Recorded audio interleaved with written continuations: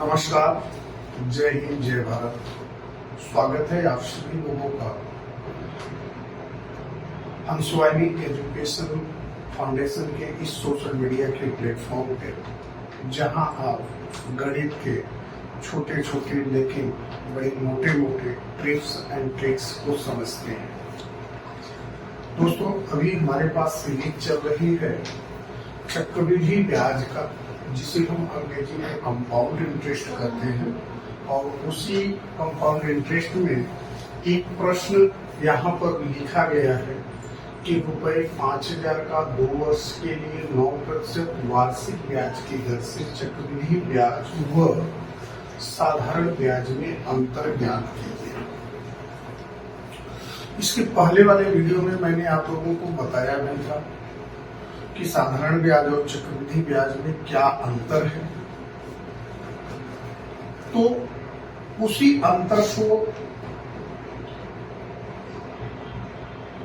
तो इस प्रश्न में हम यहां समझेंगे कि साधारण ब्याज को और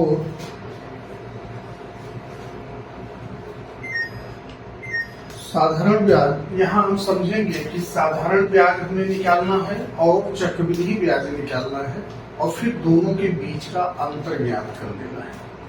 तो किसी भी प्रश्न को सरल करने से पहले सबसे महत्वपूर्ण होता है कि उस प्रश्न में हमें डेटा क्या क्या दिया गया है। तो डेटा हमारे पास दिया है पहले 5,000 रुपए, मतलब मूलधन हमारे पास हो गया 5,000।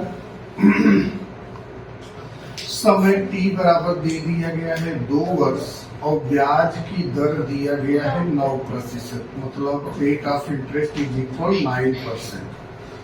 तो अब हमें सबसे पहले निकालना है चक्रवृद्धि ब्याज, उसके बाद निकालना है साधारण ब्याज। तो चक्रवृद्धि ब्याज ज्ञात करने के लिए फार्मूला आप सभी लोगों को पता है, a बराबर p ब्रैकेट में 1 प्लस r अपॉन 100 पर पावर t। तो p की वैल्यू कितना है भाई? 5,000। 1 प्लस r की वैल्यू है 9/100 और घाते t की वैल्यू कितनी है? 2। अब यहाँ अगर कटने लायक होता कोई डिजिट तो हम कटा देते, लेकिन कटने लायक नहीं है। तो 100 एकम 100, 100 में 9 जोड़ेंगे तो 109। क्या हो जाएगा? 5,000 109 बटे कितना बेटा? 100। अब आपके पास कितना आ गया? 109 बटे 100, और इस पर घात चूंकि 2 है तो इसका गुणा कितनी बार? 2 बार। क्या हो जाएगा? 5,000 गुणे 109 बटे 100 गुणे 109 बटे 100। अब यहाँ एक जीरो से एक जीरो कटा, दूसरे जीरो से दूसरा जीरो कटा, तीसरा जीरो से तीसरा। अब कुछ कटने जैसा है? हाँ। 5 एकम 5, 5 दूनी 10। अब आपके पास अगर शुद्ध भाव से देखा जाए तो बचा क्या भाई? 109 बटे 2 गुणे 109 बटे कुछ नहीं। ठीक है, तो इसका मतलब हुआ कि 109 में 109 का गुणा करो, 109 गुणे 109 तो 9 81, 9 एकम 9, 0 0 0, फिर कितना बेटा? 9 0 1, तो 1 आया, 8 9 9 18 का 8 हासिल लगाइए, 1 1 कितना आ गया भाई? 11,881 के बटे में कितना? 2।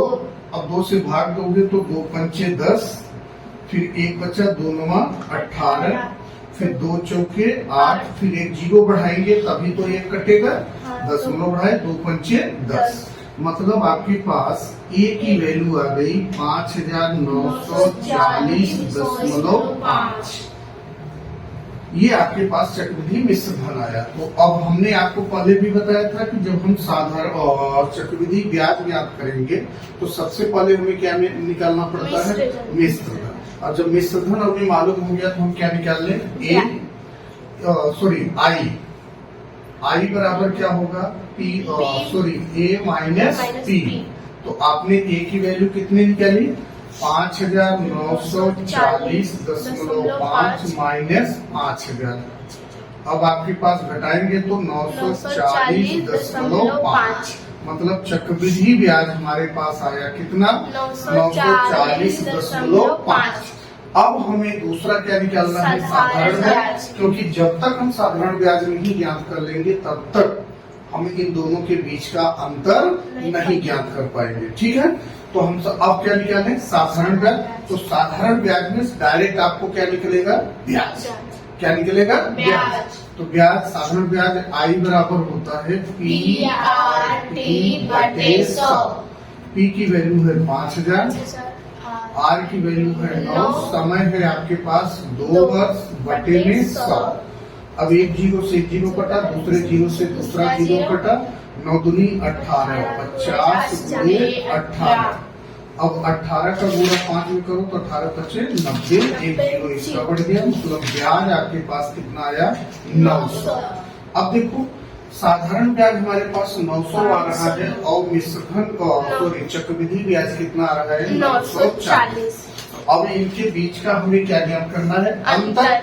अंतर का मतलब आप लोगों को पता ही है कि पहले साल साधारण ब्याज और चक्रवृद्धि ब्याज बराबर होता है, लेकिन दूसरे साल चक्रवृद्धि ब्याज क्या होता है बढ़ जाता है, क्योंकि दूसरे साल में जो पहले साल का ब्याज होता है उस पर भी क्या लग जाता है ब्याज। तो अब हम अंतर अगर निकाले तो यहाँ अंतर कितना होगा बेटा, अंतर बराबर 940 में से 940.5 में से कितना घटा देंगे साधारण ब्याज 900।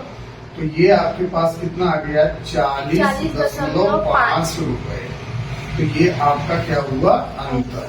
तो इसका आंसर क्या हो जाएगा भाई कि 5 वर्ष का 2 वर्ष के लिए 9% वार्षिक ब्याज की दर से चक्रवृद्धि ब्याज व साधारण ब्याज में अंतर ज्ञात कीजिए। तो वह अंतर कितना है भाई 40.50। उम्मीद है आप लोगों को यह प्रश्न समझ में आया होगा। वीडियो को लाइक जरूर करें और एक प्यारा सा कमेंट करें, शेयर करें, जिससे दूसरे लोग भी इस प्रश्न को अच्छे से समझ पाए। मिलते हैं एक और वीडियो में, तब तक के लिए जय हिंद जय भारत।